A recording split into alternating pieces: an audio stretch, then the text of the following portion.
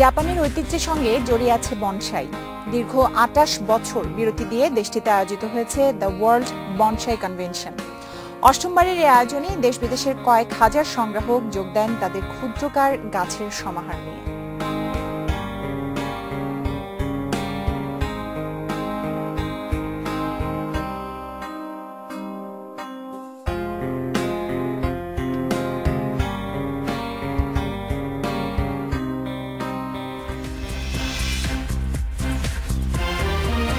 এই 1 ঘন্টা আপনাদের সঙ্গে আছে আমি খালেদ মহিউদ্দিন। সবশেষে খবর, আলোচনা, বিশ্লেষণ নিয়ে থাকছি কাজী মহুয়া। খেলার আনন্দ হতাশার খবর জানাতে আছি আমি জহির ভুঁইয়া। তবে আগে জানিয়ে দিচ্ছি শিরোনাম। হাওরে এনজিও ঋণ আদায়ে চাপ দেয়া যাবে না, সরকারি ঋণের সুদ অর্ধেক করলেন প্রধানমন্ত্রী।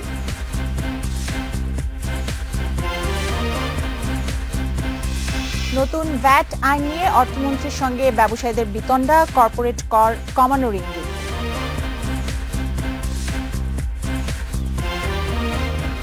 আন্দোলন করে কিচ্ছু হবে না আপনার, এবং আপনার আন্দোলন আমরা দমন করবো যদি আপনি করেন।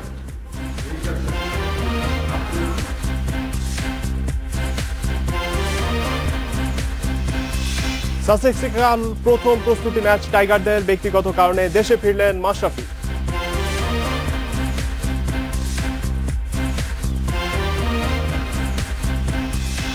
রাত 9টায় বাংলাদেশে আজ মতামত পাঠানোর বিষয়ে ভ্যাট আইন বিতর্ক। মতামত পাঠাতে পারেন SMS অথবা ফেসবুকে। আপনাদের মতামত জানিয়ে দিচ্ছি সংবাদের পরের অংশে। হাওরে ক্ষতিগ্রস্তদের জন্য সরকারি ঋণের সুদ অর্ধেক করার ঘোষণা দিয়েছেন প্রধানমন্ত্রী শেখ হাসিনা। এছাড়া বেসরকারি ঋণ আদায়ে চাপ বন্ধে এনজিও ব্যুরোকে ব্যবস্থা নেওয়ার নির্দেশ দেওয়া হয়েছে। আগামী ফসল না ওঠা পর্যন্ত ইউনিয়ন পর্যায়ে OMS চালুরও নির্দেশ দিয়েছেন তিনি। হাওরের বাঁধ নির্মাণে গাফিলতি থাকলে ব্যবস্থা নেওয়ার হুঁশিয়ারি দিয়েছেন প্রধানমন্ত্রী। পাহাড়ি ঢলে আকস্মিক বন্যায় ক্ষতিগ্রস্ত অসহায় মানুষের দুঃখ দুর্দশা দেখতে হাওর পরিদর্শন করলেন প্রধানমন্ত্রী শেখ হাসিনা। সুনামগঞ্জের সাল্লায় ত্রাণ বিতরণ কার্যক্রমের সমাবেশে দরিদ্র মানুষের প্রতি সহানুভূতি ও সমবেদনা জানান প্রধানমন্ত্রী। বলেন, খাদ্যে স্বয়ংসম্পূর্ণ বাংলাদেশ এখন যে কোনো দুর্যোগ মোকাবেলার ক্ষমতা রাখে। ঋণের টাকা উৎপাদিত ফসলের ক্ষতি হওয়ায় সব ধরনের সহায়তা দেবে সরকার। আগামী ফসলের জন্য সার, বীজ, কৃষি উপকরণ যা যা প্রয়োজন, এই সার বীজ আমরা বিনামূল্যে আমাদের কৃষকদের মাঝে বিতরণ করব, সে ব্যবস্থা আমরা নিয়ে রেখেছি। আমাদের লক্ষ্য যে এই অঞ্চলে যে সব এলাকায় এরকম ফ্লাশ ফ্লাড হয়ে গেল এবং অকাল বন্যা দেখা গেল, আমি জানি যে মৎস্য এবং কৃষি খাতে অনেকেই ঋণ নিয়েছেন। এই ঋণের ফসল আপনারা তুলতে পারলেন না, সেই জন্য এই সমস্ত ঋণের সুদের হার অর্ধেক নামিয়ে আনা হয়েছে, যাতে করে এই বোঝাটা আপনাদের উপর না পড়ে, আর এটা আদায়ের বিষয়টাও স্থগিত রাখা হবে। প্রধানমন্ত্রী বলেন, হাওরের মানুষ একটিমাত্র ফসলের উপর নির্ভরশীল, তাই খাদ্যে বহুমুখীকরণের উদ্যোগ নিতে হবে। আর অল্প বন্যায় যাতে হাওর ভরে না যায়, এজন্য পার্শ্ববর্তী নদী ও খাল খননের নির্দেশও দেন প্রধানমন্ত্রী। এবং ইউনিয়ন পর্যায় পর্যন্ত, এখন উপজেলা পর্যায় পর্যন্ত OMS এর ডিলার আছে, এটা ইউনিয়ন পর্যায় পর্যন্ত যাতে OMS এর ডিলার নিযুক্ত করা হয়, সেজন্য এখানে খাদ্যমন্ত্রী উপস্থিত আছেন। তাকে আমি নির্দেশ দিচ্ছি যে হাওর অঞ্চলে ইউনিয়ন পর্যায় পর্যন্ত ডিলার নিয়োগ করে, যেটা 10 টাকায় চাল এবং OMS বিক্রির ব্যবস্থার জন্য তারা করে দেন। প্রধানমন্ত্রী বলেন, হাওরের বন্যার অজুহাত দেখিয়ে যারা পণ্যের দাম বাড়াবে তাদের ছাড় দেয়া হবে না। পরে প্রধানমন্ত্রী 1000 সহায় সম্বলহীন মানুষের হাতে 2 মাসের জন্য 1000 টাকা করে ও 38 কেজি করে চাল তুলে দেন। ঢাকায় ফেরার আগে স্পিড বোটে করে হাওরের চারপাশ পরিদর্শন করেন প্রধানমন্ত্রী শেখ হাসিনা। Shahadat Hossain, independent news. এদিকে হাওরের ক্ষতিগ্রস্তরা ত্রাণ পাচ্ছে না বলে অভিযোগ করেছেন বিএনপি সিনিয়র যুগ্ম মহাসচিব রুহুল কবির রিজভী। নয়াপল্টনে বিএনপি কেন্দ্রীয় কার্যালয়ে তিনি এই অভিযোগ করেছেন। হাওরে বাঁধ নির্মাণে দুর্নীতি হয়েছে বলেও দাবি করেন তিনি।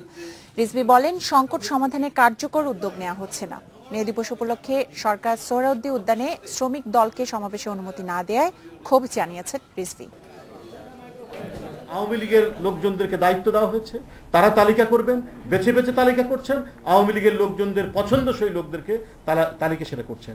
তো একটা যদি জনসমর্থিত সরকার থাকলে এই ধরনের পার্টিজান দলমানুষকেও এই কর্মকাণ্ডগুলি করতে পারতো না। এই কাজগুলো করছে বলেই আজকে সমস্ত হাওর পারের লোকরা আজকে বিপন্ন জীবনযাপন করছে। প্রধান বিচারপতি এস.কে. সিনহা বলেছেন, বিচার বিভাগের স্বাধীনতার উপর আঘাত এলে তা মেনে নেওয়া হবে না। সংসদের শতভাগ সদস্য মিলেও যদি সংবিধানের সঙ্গে সাংঘর্ষিক কোনো আইন করেন, বিচার বিভাগ সেটি বাতিলে দ্বিধা করবে না বলেও জানিয়েছেন প্রধান বিচারপতি। দেশের আদালতগুলোতে মামলার বেশিরভাগই দেওয়ানি বা ভূমি বিরোধজনিত। তবে ভূমি আইন নিয়ে বিশেষায়িত কোনো বিভাগ এতদিন কোনো বিশ্ববিদ্যালয়ে ছিল না। জগন্নাথ বিশ্ববিদ্যালয়ে প্রথমবারের মতো চালু হলো ভূমি আইন ও ব্যবস্থাপনা বিভাগ। উদ্বোধন করেন প্রধান বিচারপতি সুরেন্দ্র কুমার সিনহা। ভূমি আইনের প্রয়োজনীয়তার উপর গুরুত্ব আরোপ করে প্রধান বিচারপতি বলেন, ঔপনিবেশিক আমলে তৈরি হওয়ায় দেশের 40% আইন বাতিলযোগ্য। তিনি দুঃখ প্রকাশ করে বলেন, আইনজীবীদের বেশিরভাগই ফৌজদারি মামলা লড়তে স্বচ্ছন্দ বোধ করেন। জামিনের দিন এই যে ঢাকা মেট্রোপলিটন ম্যাজিস্ট্রেট কোর্ট, এখানে যখন জামিন ফাইল ধরা হয় তখন কিলবিল অবস্থা, আর যখন ট্রায়াল চলে তখন নেই সাক্ষী নাই, নাই, কোনো মামলা চলে না। প্রধান বিচারপতি বলেন, জনগণের অধিকার ক্ষুণ্ণ হয় বা বিচার বিভাগের স্বাধীনতার উপর আঘাত আসে এমন কিছু হলে বিচার বিভাগ তা মেনে নেবে না। ন্যায় বিচারে বাধা সৃষ্টি করে এমন আইন পাশে সংসদের শতভাগ সদস্যের অনুমোদন থাকলেও তা বাতিল করা হবে। প্রত্যেকটা সংশোধনী যেগুলা সংবিধানের যে কোনো স্তম্ভের বিরোধিতা হয়েছে, বিবাদ হয়েছে, সেইগুলাকে আমরা ভয়ের ডিক্লেয়ার করেছি এবং আমরা কোনোদিনই কুণ্ঠিত হব না। ভবিষ্যতেও যদি এরকম কোনো আইন হয়, সংবিধানের হোক অথবা অন্য কোনো আইনে হোক। দেশকে আত্মমর্যাদাশীল করতে হলে আইনের শাসনের বিকল্প নেই বলে মত দেন প্রধান বিচারপতি। এই জন্য তিনি প্রত্যেককে যার যার অবস্থান থেকে, এমনকি সরকারকেও আইনের শাসন মেনে চলার পরামর্শ দেন। Ashik Hossain, independent news, Dhaka. গাইবান্ধার সুন্দরগঞ্জের এমপি মঞ্জুরুল ইসলাম লিটন হত্যা মামলায় সাবেক এমপি কাদের খান সহ 8 জনের বিরুদ্ধে আদালতে অভিযোগপত্র দিয়েছে পুলিশ। আদালতে পুলিশের পরিদর্শক জামাল উদ্দিন মণ্ডলের কাছে বিকেলে এটি জমা দেন তদন্ত কর্মকর্তা আশরাফুজ্জামান। হত্যার 4 মাসের মাথায় অভিযোগপত্র দেয়া হলো। কাদের খান ছাড়া অন্য আসামিরা হলেন সোহেল রানা, শামীম মণ্ডল, মেহেদি হাসান, কাদের খানের ব্যক্তিগত সহকারী শামসুজ্জোহা সরকার ও গাড়ি চালক হান্নান মিয়া।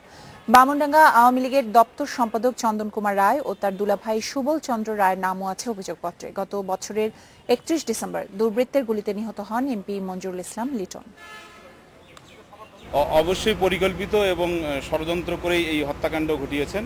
আর মূল বিষয়টা হচ্ছে যে তার প্রতি আক্রোশ, সে তার আক্রোশের কারণেই, তার প্রতি ক্ষোভে দীর্ঘদিনের তার প্রতিদ্বন্দ্বী ছিল, এই কারণেই সে থাকলে হয়তো সে এমপি হতে পারবে না, এটাই তার মূল কারণ।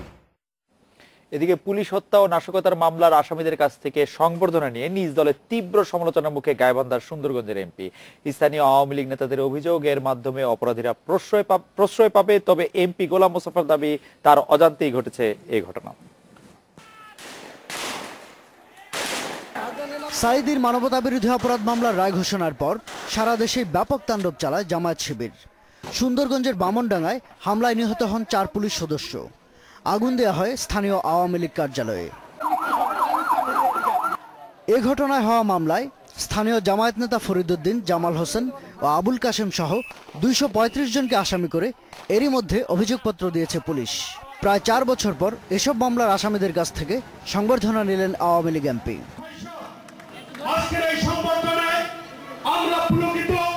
এ ঘটনায় ক্ষুব্ধ স্থানীয় আওয়ামী লীগ ও জোট নেতারা। পুলিশ হত্যা এবং নাশকতা মামলার আসামিদেরকে নিয়ে সংবর্ধনা গ্রহণ করছেন, এটা সত্যি আমরা খুব মর্মাহত। পুলিশ মানলো, যারা অনেক নাশকতা করলো, এটা নিঃসন্দেহে খারাপ দৃষ্টান্ত আর কি। আমরা আসলে এটা চাইনি ওনার দ্বারা উনি এখানে সংবর্ধনা নেবেন। সংবর্ধনার আয়োজকদের মধ্যে মামলার আসামি ছাড়াও নাশকতার অর্থদাতাও আছেন বলে অভিযোগ স্থানীয়দের। নিজেদেরই এখন লজ্জা লাগে যে যখন আমাদের 28 ফেব্রুয়ারির মামলার আসামিরা আমাদের চোখের সামনে দিয়ে চলাফেরা করে, যখন তারা মহড়া দেয় এখনো আমাদের কষ্ট হয়, দুঃখ লাগে। এই কারণে তারা হয়তো সংবর্ধনা দিচ্ছে, যেটা আমরা জাতীয় সমাজতান্ত্রিক দল থেকে অবশ্যই এটা ধিক্কার জানাই, এটা আমাদের পছন্দনীয় না। এমপি গোলাম মোস্তফা বলছেন, আসামিদের হাত থেকে সংবর্ধনা নেবার বিষয়টি তার অজান্তে হয়েছে। ওই সময় মঞ্চে অসংখ্য লোক ছিল, কিন্তু আমি চিনি জানিয়ে তার কাছ থেকে ক্রেস্ট নিয়েছি, এটা কোনোদিন হতে পারে না। কারণ আমি আওয়ামী লীগের একজন পরীক্ষিত সৈনিক, আমি বঙ্গবন্ধুর আদর্শের অকুতোভয় বীর সৈনিক, আমি সবকিছু সবসময় মেনে বাঁচে চলি। এমপি লিটন নিহত হওয়ার পর সুন্দরগঞ্জের 0 আসনে উপনির্বাচনে জয় পান আওয়ামী লীগের এই প্রার্থী। Independent news. তুমুল হট্টগোলে শেষ হয়েছে এফবিসিসিআই আর রাজস্ব বোর্ডের 38তম পরামর্শক সভা। নতুন ভ্যাট আইনে ক্ষুদ্র ব্যবসায়ীদের স্বার্থ রক্ষা না হলে সভায় আন্দোলনের হুমকি দেয় ব্যবসায়ী ঐক্য পরিষদ। আর একে অধ্যত্ত হিসেবে চিহ্নিত করে অর্থমন্ত্রী আবুল মাল আব্দুল মুহিত কঠোর হওয়ার ঘোষণা দেয়া মাত্র শুরু হয় হট্টগোল। জাতীয় বাজেট ঘোষণার আগে ব্যবসায়ীদের সাথে অর্থমন্ত্রীর এটি সবচেয়ে বড় সভা। তাই পরামর্শক কমিটির সভায় উপস্থিত ছিল ক্ষুদ্র, মাঝারি ও বড় ব্যবসায়ীদের সংগঠনগুলো। সভার শুরুতে বিসিসিআইয়ের পক্ষ থেকে আয়কর, ভ্যাট ও শুল্ক বিষয়ে বিভিন্ন প্রস্তাবনা তুলে ধরা হয়। কর প্রদানে স্বচ্ছতা আনা এবং সরকারের রাজস্ব বৃদ্ধির লক্ষ্যে কর্পোরেট কর হার 2.5% হ্রাস করার প্রস্তাব করেছি। আমরা একটি অন্তর্ভুক্তিমূলক অংশীদারিত্বমূলক বাজেট প্রস্তাব প্রণয়নের প্রক্রিয়া আছে। এরপর বিভিন্ন চেম্বার ও অ্যাসোসিয়েশনের পক্ষ থেকে বক্তব্য দেয়া হয়। এক পর্যায়ে প্যাকেজ ভ্যাট রাখা সহ নতুন ভ্যাট আইন সংশোধনে আলটিমেটাম দেন ক্ষুদ্র ব্যবসায়ীরা। এর কড়া জবাব দেন অর্থমন্ত্রী। আন্দোলন করে কিচ্ছু হবে না আপনার, এবং আপনার আন্দোলন আমরা দমন করব যদি আপনি করেন। এতে হট্টগোল সৃষ্টি হলে পরিস্থিতি সামাল দেন এফবিসিসিআই নেতারা। পরিস্থিতি স্বাভাবিক হলে অর্থমন্ত্রী বলেন, কর্পোরেট কর কমানোর চিন্তাভাবনা করছে সরকার। আরেকটি উচ্চ পর্যায়ের আলোচনা বাকি রয়েছে, মানে আমার প্রস্তাব হবে যে কর্পোরেট ট্যাক্স রেটটাকে আরেকটু রেশনালাইজ করা। আগামী 50 থেকে 100 বছরের জন্য আয়করের একটি স্তর বিন্যাস তৈরি করা হবে বলেও জানিয়েছেন অর্থমন্ত্রী। Shaon Hasnat, independent news, Dhaka. একটা বিরতি নিচ্ছি।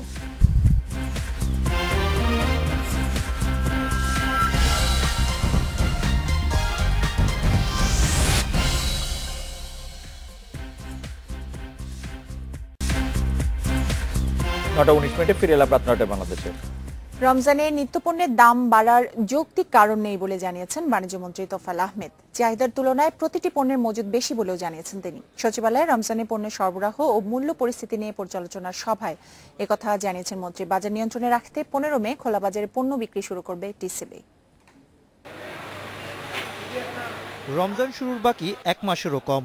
রোজার মাসে ভোগ্যপণ্যের চাহিদা বাড়ার সঙ্গে সঙ্গে দাম বাড়ানোর চেষ্টাও হয় হরহামেশাই। কৃত্রিম সংকট তৈরির চেষ্টাও চলে।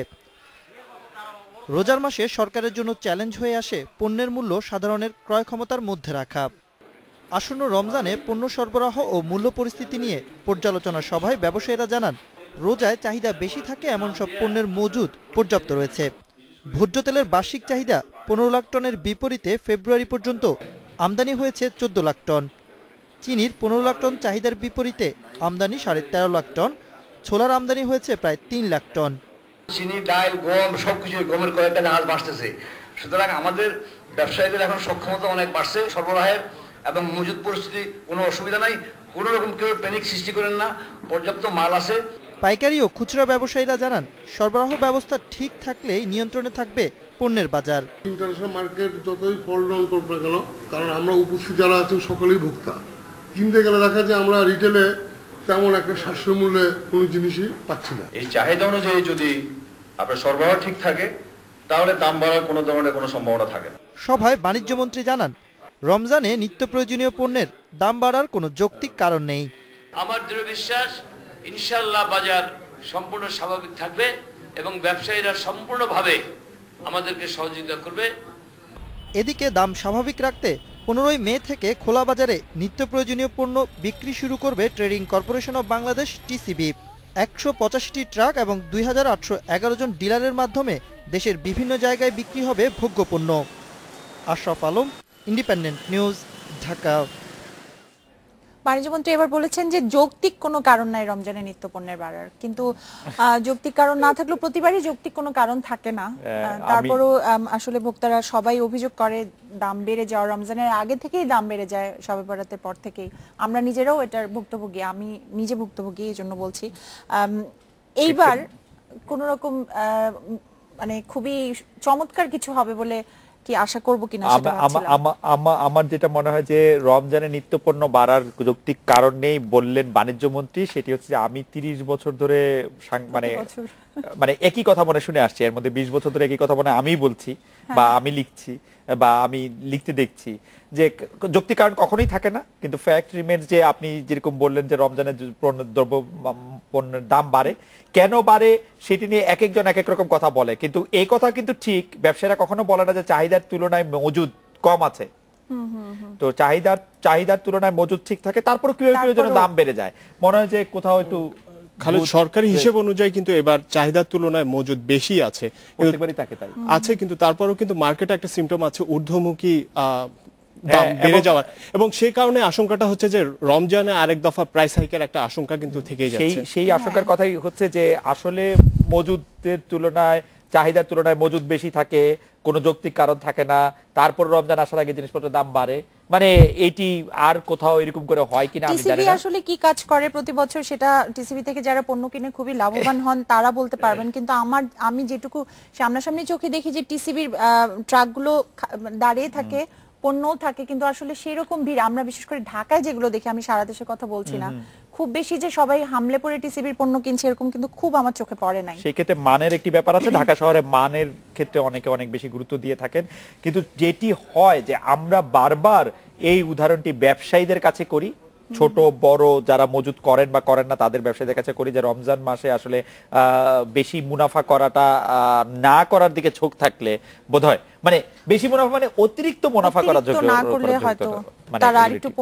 মানে আমরা আরেকটু কম দামে জিনিসপত্র কিনতে পারবো। জহিরা, আমরা খেলাধুলা খবরের জন্য আপনার কাছে চলে যাচ্ছি। মাশরাফি ফিরে আসছেন, খেলা শুরু হয়েছে, আমরা আশা করবো যে মাশরাফির স্ত্রী অসুস্থ আছেন, তার সন্তানও অসুস্থ, কিছুটা সুস্থ হবেন, মাশরাফি ফিরে যাবেন, আর খেলার খবর শুনবো আপনার কাছে। আর খেলার খবর, মাশরাফি ফিরে আসছেন, তবে এই কারণে যে প্রথম যে প্রস্তুতি ম্যাচটি হবে সেটিতে মাশরাফিকে কাল পাচ্ছে না, আর ডিউক অফ নরফোকের বিপক্ষে একটা প্রস্তুতি ম্যাচ, সেটি দিয়ে আসলে আনুষ্ঠানিকভাবে আমাদের যে সিরিজটা সেটা শুরু হতে যাচ্ছে। খবরগুলো জানিয়ে দিচ্ছে একটি বিরতির পর ফিরে এসে অন্যান্য খবরের সাথে আরো যা থাকছে। বিসিবির নিরাপত্তা ব্যবস্থায় সন্তুষ্ট ক্রিকেট অস্ট্রেলিয়া, এই সপ্তাহে সূচি পাঠানো হবে পিসিবিকে। তৃতীয় মেয়াদের 1 বছর পূর্ণ করলেন কাজী সালাউদ্দিন, সাফল্য ব্যর্থতা নিয়ে মিশ্র মত।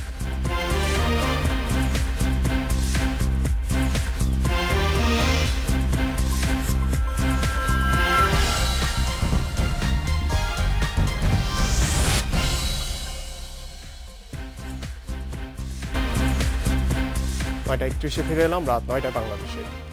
প্রস্তুতি ম্যাচ দিয়ে কাল ট্রাই নেশন ও চ্যাম্পিয়ন্স ট্রফির আনুষ্ঠানিকতা শুরু করছে বাংলাদেশ। দুই প্রস্তুতি ম্যাচের প্রথমটায় মুশফিক তামিমদের প্রতিপক্ষ Duke of Norfolk. Arundel castle cricket গ্রাউন্ডে ম্যাচ শুরু বাংলাদেশ সময় বিকেল 4টায়। বৃহস্পতিবার ইংল্যান্ড পৌঁছে শুক্রবার থেকে অনুশীলন করে টাইগাররা। 3 দিনের অনুশীলনে কন্ডিশনের সাথে মানিয়ে নেওয়ার চেষ্টা করেন ক্রিকেটাররা, পাশাপাশি ব্যাটিং, বোলিং, ফিল্ডিং 3 ডিপার্টমেন্টে নিজেদের ছালিয়ে নেন। 5 মে আয়ারল্যান্ড যাওয়ার আগে আরও একটি প্রস্তুতি ম্যাচ খেলবে বাংলাদেশ। প্রথম ম্যাচের ভুল ত্রুটি শুধরে নেওয়ার সুযোগ পাবেন ক্রিকেটাররা। স্ত্রীর অসুস্থতার কারণে সাসেক্সের প্রস্তুতি ক্যাম্প ছেড়ে দেশে ফিরতে হলো মাশরাফিকে। শনিবার অসুস্থ হয়ে পড়েন মাশরাফির স্ত্রী সুমনা হক। অবস্থার অবনতি হলে তাকে হাসপাতালে নেওয়া হয়। খবর পেয়ে শনিবার রাতে বিমানে ওঠেন বাংলাদেশ অধিনায়ক। স্ত্রীর অবস্থা ভালো হলে 5 মে দলের সাথে যোগ দেওয়ার কথা রয়েছে মাশরাফির। 12 মে আয়ারল্যান্ডে ত্রিদেশীয় সিরিজের প্রথম ম্যাচ, তবে এক ম্যাচ নিষিদ্ধ থাকায় সেই ম্যাচে খেলতে পারবেন না মাশরাফি। বাংলাদেশের নিরাপত্তা ব্যবস্থায় সন্তুষ্ট ক্রিকেট অস্ট্রেলিয়া। আগস্টে টেস্ট সিরিজের প্রস্তাবিত সূচি পাঠিয়েছে বিসিবি। তাদের মতামতের পর চূড়ান্ত হবে সফরের দিনক্ষণ। এদিকে পাকিস্তান ক্রিকেট বোর্ডের কাছে জুলাইয়ের পূর্ণাঙ্গ সিরিজের সূচি এই সপ্তাহে পাঠাবে ক্রিকেট বোর্ড। নিরাপত্তার অজুহাতে 2015 সালে বাংলাদেশে টেস্ট খেলতে আসেনি অস্ট্রেলিয়া, কিন্তু গেল বছর ওয়ানডে ও টেস্ট খেলে গেছে ইংল্যান্ড। সিরিজে কুক বাটলারদের দেওয়া হয়েছিল ভিভিআইপি নিরাপত্তা। সেই নিরাপত্তা ব্যবস্থা পাঠানো হয়েছিল ক্রিকেট অস্ট্রেলিয়াকে, যাতে পুরোপুরি সন্তুষ্ট ম্যানেজমেন্ট। আগস্টে অজিদের আশা নিশ্চিত। 2 টেস্টের সূচিও পাঠিয়ে দিয়েছে বিসিবি। ক্রিকেট অস্ট্রেলিয়ার সবুজ সংকেত পেলেই ঘোষণা করা হবে দিনক্ষণ ও ভেন্যু। প্রত্যেকটা ট্যুরের আগে একটা আমাদের ট্যুর প্ল্যান, সিকিউরিটি প্ল্যান এগুলো পাঠাতে হয়। সো আমরা এগুলো পাঠিয়েছি। তাদের দিক থেকে আমাদের যে নিরাপত্তার যে প্ল্যান দেওয়া হয়েছে সে ব্যাপারে তারা পুরোপুরি সন্তুষ্ট বলা যেতে পারে। তারা বলেছে যে now we can start for other logistic arrangements এবং ট্যুর শিডিউল নিয়ে কাজ করতে। সো অন দ্যাট বেসিস আমাদের ক্রিকেট অপারেশনস কাজ করছে এবং আমরা আশা করছি খুব শীঘ্রই এই শিডিউলটা চূড়ান্ত হয়ে যাবে। সংবাদ মাধ্যমের কাছে নিশ্চিত করলেও বাংলাদেশ সফর বাতিলের বিষয়ে এখনও বিসিবিকে কিছুই জানায়নি পাকিস্তান ক্রিকেট বোর্ড। সিরিজের সম্ভাবনা রেখেই এই সপ্তাহের মধ্যেই সম্ভাব্য সূচি পাঠাবে বিসিবি। তাদের জবাবের উপর নির্ভর করছে বিসিবির পরবর্তী করণীয়। পাকিস্তান ক্রিকেট বোর্ডের সাথে যোগাযোগ করে আমরা তাদেরকে আমাদের শিডিউলটা পাঠিয়ে দেব এবং এটা যেহেতু একটা বাইলেটারাল সিরিজ হয়, 2 বোর্ডের সম্মতিতেই ট্যুরটা শিডিউলটা ফাইনাল হয়। পাঠানোর পরে then will be in a position যে তারা কি রেসপন্স করে। আমরা খুব শীঘ্রই এই সপ্তাহের মধ্যে আমরা একটা শিডিউল পাঠিয়ে দেব। পূর্ণাঙ্গ সিরিজ খেলতে জুলাইয়ে বাংলাদেশ সফরে আসার কথা পাকিস্তানের। Mazharul Islam, independent news, Dhaka. তৃতীয় মেয়াদে রোববার 1 বছর পূর্ণ করেছেন বাফুফে সভাপতি কাজী সালাউদ্দিনের নেতৃত্বাধীন কমিটি। গত 1 বছরে সাফল্য ও ব্যর্থতা নিয়ে আছে মিশ্র প্রতিক্রিয়া। বছর জুড়ে আলোচনায় কেন্দ্রে ছিল জাতীয় দলের ভুটান ব্যর্থতা, তবে নারী ফুটবল এসেছে সাফল্য। গত বছর 30 এপ্রিল বাফুফে নির্বাচনে জয়ী হয়ে তৃতীয় মেয়াদে দায়িত্ব নেন কাজী সালাউদ্দিন। নতুন চ্যালেঞ্জ ছিল দেশের ফুটবলকে সোনালী দিনে ফিরিয়ে আনা। তৃণমূল ফুটবলের পাশাপাশি বাড়তি মনোযোগ দিতে চেয়েছেন জাতীয় দল নিয়ে। শুরুতেই হোঁচট খায় সালাউদ্দিন কমিটি। ভুটান ব্যর্থতায় সমালোচনার তীর ছিল বাফুফে সভাপতির দিকেই। ব্যর্থতার বৃত্ত থেকে বেরিয়ে আসতে ফুটবল উন্নয়নে 4 বছর মেয়াদী মেগা পরিকল্পনা দেয় বাফুফে, তবে নিয়ম মেনে বর্ষপঞ্জিকা বাস্তবায়ন করতে পারেনি। বর্তমানে চালু কার্যক্রম এবং যে ক্যালেন্ডার ঘোষণা হয়েছে তা সুচারুভাবে অক্ষরে অক্ষরে নিয়ম সময় মেনে যদি চলতে পারি তাহলে আগামী 3-4 বছরের মধ্যে ফুটবল আবার তুঙ্গে উঠতে পারে। বঙ্গবন্ধু গোল্ড কাপ পিছিয়েছে 2 দফা। জানুয়ারিতে ঘরের মাঠে সাফ চ্যাম্পিয়নশিপ। জাতীয় দল নিয়ে সুনির্দিষ্ট পরিকল্পনা নেই বাফুফের। এখন পর্যন্ত হেড কোচ নিয়োগ দিতে পারেনি ফেডারেশন। কোন অবস্থানে আছি আমরা, আজকে যেহেতু নেপাল মালদ্বীপের সাথে আমরা লজ্জাজনকভাবে ধরতে হার, এটা আসলে সালাউদ্দিন ভাইয়ের ব্যর্থতা আমি মনে করি এবং ঢাকা লিগ ছাড়া আমি আর তার কোনো সাফল্য আমার চোখে পড়ে না। যে দেশের ফুটবলাররা 50 লাখ 60 লাখ টাকা পারিশ্রমিক পায়, সেই দেশের ফুটবল ভুটানের সাথে হারবে আর আমরা র্যাঙ্কিংয়ে 200-এর কাছাকাছি পৌঁছে যাব, এইটা তো অ্যাকসেপ্টেড হইতে পারে না। ব্যর্থতার উল্টো দিকে আছে বেশ কিছু সাফল্য। এএফসি অনূর্ধ্ব-16 নারী ফুটবলের বাছাই পর্বে চ্যাম্পিয়ন হয়ে চূড়ান্ত রাউন্ড নিশ্চিত করেছে বাংলাদেশ। দীর্ঘমেয়াদী পরিকল্পনা নিয়ে এগুচ্ছে নারী ফুটবল। মক কাপের প্লেট চ্যাম্পিয়ন লাল সবুজরা। এছাড়া 1 যুগ পর মাঠে গড়িয়েছে জাতীয় যুব ফুটবল চ্যাম্পিয়নশিপ। ফুটবলে সফলতা আমি 1 বছর কিছুই দেখি না। যদি কিছু সামান্য পরিমাণ থেকে থাকে সেটা হলো যে মহিলা ফুটবলে অ্যাটলিস্ট আমাদের এই সাবকন্টিনেন্টের ভিতরে অ্যাটলিস্ট আমরা 2 নম্বর 3 নম্বরে আছি। আগামী 3 বছর জাতীয় দল ছাড়াও স্কুল ও জেলা ফুটবল এগিয়ে নেওয়াই হবে বাফুফের বড় চ্যালেঞ্জ। জাফর সালে, ইন্ডিপেন্ডেন্ট নিউজ, ঢাকা।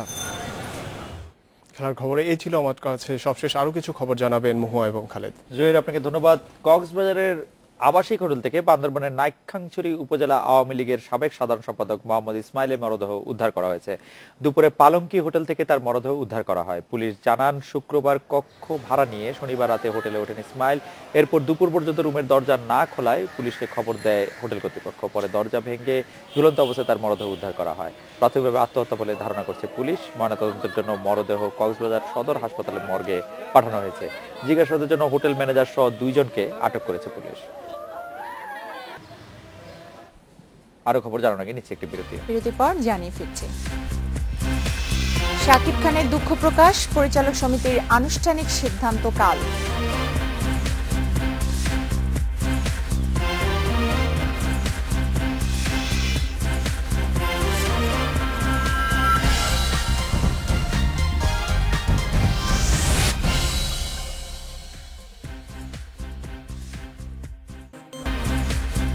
রাত 9:46 আমরা ফিরে এলাম। ভ্যাট আইন নিয়ে বিতর্ক, এই বিষয়ে আপনাদের মতামত জানতে চেয়েছিলাম আমরা। সালমান বলেছেন ব্যবসায়ীদের উপর করের ভার না বাড়িয়ে যারা কর দিচ্ছে না তাদের আওতায় আনা দরকার। জলিল বলেছেন সরকার সবার চিন্তা করলে ভ্যাট আইন নিয়ে বিতর্ক হওয়ার কথা নয়। সোয়েব বলেছেন শুধু ভ্যাট দিলেই হবে না, ভ্যাট আদায়ের স্বচ্ছতা নিশ্চিত করতে হবে। কফিল বলছেন সব স্তরের জনগণের কথা মাথায় রেখে নতুন ভ্যাট আইন বাস্তবায়ন করা উচিত। জাকির বলছেন বর্তমান সরকার ব্যবসা বান্ধব, ব্যবসায়ীদের ক্ষতি হয় এমন কিছু সরকার করবে না। ইমরান বলছেন নতুন ভ্যাট আইন বাস্তবায়ন হলে দেশীয় শিল্প হুমকিতে পড়তে পারে। হাসান বলছেন এনবিআর উচিত যারা সবসময় কর দেয় তাদের পাশাপাশি যারা কর দেয় না তাদের উপর নজর রাখা। রানা বলছেন সাধারণ মানুষের কথা চিন্তা করে ভ্যাট আইন করলে সবাই ভ্যাট দিতে আগ্রহী হবে। ইকরার মতামত নতুন ভ্যাট আইন হলে রমজানের দ্রব্যমূল্য অনেক বেড়ে যাবে, এতে সমস্যায় পড়বে সাধারণ মানুষ। আলিফ বলছেন সরকার সবার কথা চিন্তা করে এ আইন বাস্তবায়ন করতে যাচ্ছে, সুতরাং এ আইন সবার জন্য মঙ্গলজনক। ভ্যাট আইনটির ব্যাপারে আসলে অনেকের অনেক রকম কৌতূহল আছে। একটি কৌতূহল তো আছে, আমাদের অফিসের পাশে যে মুদি দোকান আছে তার সেও মনে করছে যে চায়ের দোকান বা মুদি দোকান যে দুটি পাশাপাশি আছে তারা মনে করছে যে তার কেউ আসলে ভ্যাট দিতে হবে কিনা, দিলে কত টাকা দিতে হবে বা কি দিতে হবে। কিন্তু ভ্যাট নিয়ে যারা কাজ করছেন, আইনটি নিয়ে যারা কাজ করছেন তারা অবশ্য বলছেন যে এরকম কিছু নয়। যাই হোক, দর্শকদের ধন্যবাদ দিতে চাই, তারা নানা ধরনের মন্তব্য পাঠিয়েছেন আমাদের কাছে। পরে খবরটিতে চলে যায়। পরিচালকদের নিয়ে বক্তব্যের জন্য দুঃখ প্রকাশ করেছেন ঢালিউড সুপারস্টার শাকিব খান।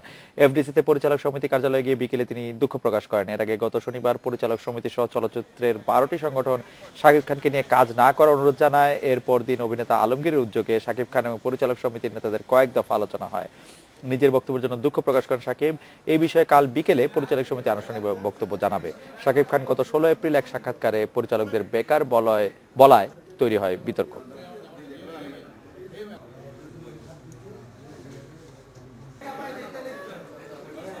সাকিব স্ট্রেট বলে গেছে যে তার মানসিক অবস্থা তখন ঠিক ছিল না, তার পারিবারিক একটা সমস্যা ছিল তো, এবং সে বলেছে আমার ব্যবহারে যদি আপনারা কষ্ট পেয়ে থাকেন আমি এর জন্য দুঃখিত, আমি ক্ষমা চাইছি। বাংলাবাজারের ঐতিহ্যবাহী বিউটি বোর্ডিং এ মঞ্চস্থ হলো নাটক। অনেক ইতিহাসের সাক্ষী বিউটি বোর্ডিং এ এবারই প্রথম কোনো নাটকের মঞ্চায়ন। নাট্যদল তীরন্দাজের প্রযোজনা সারা রাত্রির এর নির্দেশনা দিয়েছেন দীপক সুমন। বিউটি বোর্ডিং এ আগে নাটক হয়েছে কিনা তা জানতে ঘাটতে হবে ইতিহাস। তবে নতুন ইতিহাস তৈরি করেই নিজেদের নতুন নাটক সারা রাত্রিরের প্রথম মঞ্চায়ন এখানে করল নাট্যদল তীরন্দাজ। একসময় ঢাকার সৃজনশীল মানুষদের তীর্থস্থান হিসেবে খ্যাত এই বিউটি বোর্ডিং এ প্রথমবারের মতো নাটক মঞ্চায়নের আগে নাটকটি নিয়ে আড্ডা দিলেন 3 জন প্রখ্যাত মানুষ। ছিলেন সংস্কৃতিজন শঙ্কর শাহজাল, কবি টোকন ঠাকুর ও নাট্য নির্দেশক সামিনা লুৎফা নিত্রা। শহুরে জীবনের কর্মব্যস্ততা ভুলে ঘুরতে বের হন এক দম্পতি।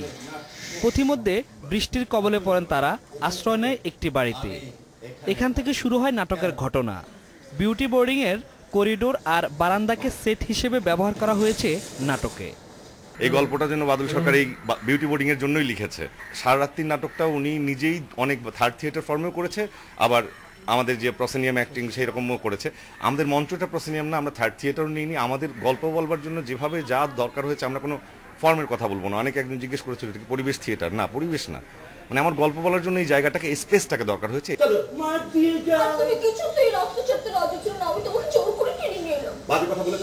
ব্যতিক্রমধর্মী এ নাট্য মঞ্চায়ন মুগ্ধ করেছে দর্শকদের।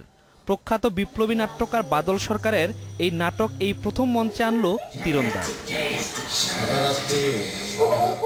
সোলাইমান হোসেন, ইন্ডিপেন্ডেন্ট নিউজ, ঢাকা। জাপানে শেষ হলো দ্য ওয়ার্ল্ড বনসাই কনভেনশন। প্রায় 3 দশক পর সম্মেলনে 8ম আসরে অংশ নেয় দেশ বিদেশের কয়েক হাজার বনসাই প্রেমী। 500 বছরের শিনপাকু বনসাইটি ছিল এবারের মেলার অন্যতম আকর্ষণ। জাপানের ঐতিহ্যের সঙ্গে ওতপ্রোতভাবে জড়িয়ে আছে বনসাই, আর এ কারণেই সেখানে আয়োজন করা হয় দ্য ওয়ার্ল্ড বনসাই কনভেনশন। তবে মাঝে দীর্ঘ 28 বছর বন্ধ ছিল বনসাইয়ের সবচেয়ে বড় এই মেলাটি। নিপন বনসাই অ্যাসোসিয়েশনের উদ্যোগে অবশেষে 8ম আসর অনুষ্ঠিত হয়। দেশি বিদেশি কয়েক হাজার বনসাই প্রেমীর উপস্থিতিতে মুখর ছিল মেলা প্রাঙ্গণ। ইউরোপে অনেক তরুণ এখন বনসাই তৈরির ব্যাপারে আগ্রহী। বনসাইয়ের প্রচারে তারা সামাজিক মাধ্যমগুলো ব্যবহার করছেন। জাপানের তরুণরাও বেশ আগ্রহ নিয়ে কাজ করছেন। এই বনসাইটি এবার আয়োজনের মূল আকর্ষণ। আমার পেছনে 500 বছরের পুরনো এ বনসাইয়ের নাম শিনপাকু। এটি কিয়োটোর গুরুত্বপূর্ণ আয়োজনের সর্বোচ্চ পুরস্কার জয় করেছে। 100 বছর বয়সে এই বনসাইকে সরিয়ে এখানে আনা হয়েছে। 10 বছর আগে এটি উত্তরাধিকার সূত্রে আমার তত্ত্বাবধানে আসে। গত 28 এপ্রিল শুরু হওয়া এই মেলা শেষ হচ্ছে 30 এপ্রিল। জাপান ছাড়াও যুক্তরাষ্ট্র, চীন ও কোরিয়া সহ বিশ্বের অনেক দেশে আয়োজন করা হয় বনসাই মেলার। Jennifer D Paris, independent news. এই ছিল রাত 9টায় বাংলাদেশ আয়োজনে। শুভরাত্রি।